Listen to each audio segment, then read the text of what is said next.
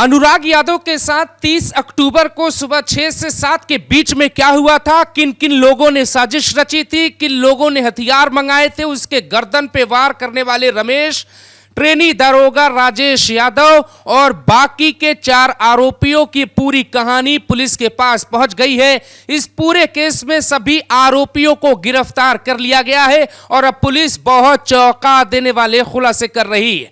Police को कई angles पे शक थे और उन तमाम बातों का ध्यान रखते हुए पुलिस सबसे पहले आरोपियों तक पहुंचना चाहती थी। तो सबसे पहले आपको बता देते हैं कि कौन कौन से आरोपी हैं जिनको पुलिस ने अब तक इस पूरे मामले में गिरफ्तार कर लिया है।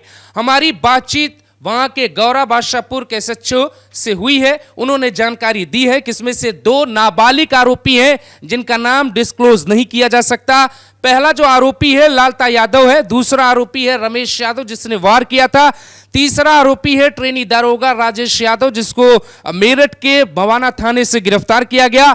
जो सबसे बड़ा आरोपी जो अभी तक फरार चल रहा था, जिसकी तलाश पुलिस कर रही थी लंबे वक्त से और वो बार बार चकमा दे रहा था, उसका नाम है लाल मोहन यादव। लाल मोहन यादव को पुलिस ने गिरफ्तार कर लिया है। बताया यह जा रहा है कि यह अपने रिश्तेदार के यहां छिप कर बैठा हुआ था और पुलिस को बार बार चकमा दे रहा था। यह फोन का इस्तेमाल नहीं कर रहा था, इसी कारण से पुलिस इसे आसानी से ट्रैक नहीं कर पा रही थी। लेकिन जानकारी के मुताबिक जब पुलिस को यह सूचना मिली कि यह रिश्तेदार के यहां छिपकर बैठा है, पुलिस ने वहां से इसको गिरफ्तार कर लिया गया। अब इस पूरे मामले की जो पहली प्राथमिक रिपोर्ट है वो क्राइम ब्रांच को दे दी गई है और अब पुलिस पोस्टमार्टम रिपोर्ट, आरोपियों के बयान और क्राइम ब्रांच अपने मुताबिक इस केस में बड़ा खुलासा करेगी। बड़ी बात यह है कि आज शाम या कल शाम तक पुलिस इसमें खुलासा करने वाली है और मीडिया के जरिए अनुराग के परिवार को यह बताएगी कि कैसे इस पूरे हत्याकांड की साजिश रची गई है।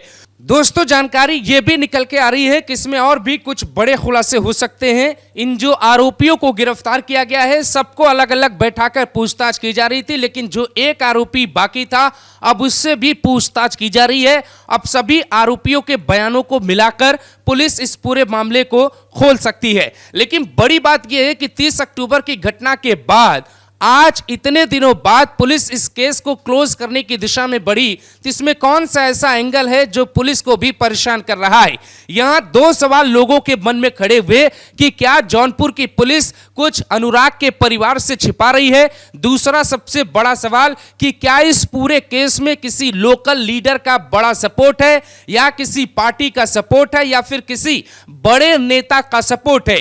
तीसरी और सबसे अहम बात यह भी निकल के आ रही है कि आम तौर पे जब पुलिस की गर्दन किसी केस में फंस जाती है तो पुलिस प्रेस कॉन्फ्रेंस करने से बचती है। इस बात का इंतजार था कि पुलिस इस पूरे केस में कब खुलासा करेगी और वो वक्त आ चुका है। अनुराग को किन लोगों ने मारा है, कैसे उसकी प्लानिंग रची गई, लालता के साथ मिलकर बाकी के आरोपियों का क्या रोल रहा है, राजेश यादव मवाना थाने में बैठ के मेरठ से क्या निर्देश दे रहा था, इन तमाम बातों पर पूरी जानकारी आ गई है।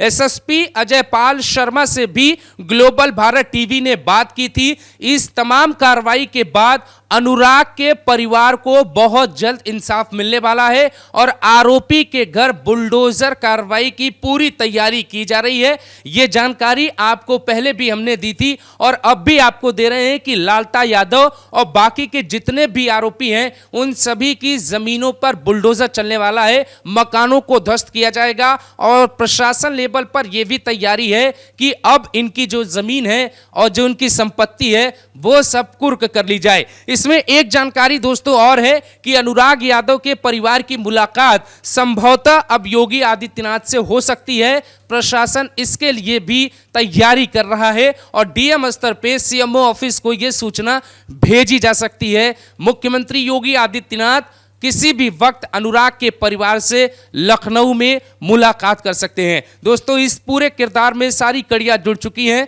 अब पता बस इतना लगना है कि आखिर अनुराग को मारने के पीछे की प्लानिंग कितने दिन पहले रची गई, हथियार कहां से आए और कैसे इस घटना को अंजाम दिया गया है।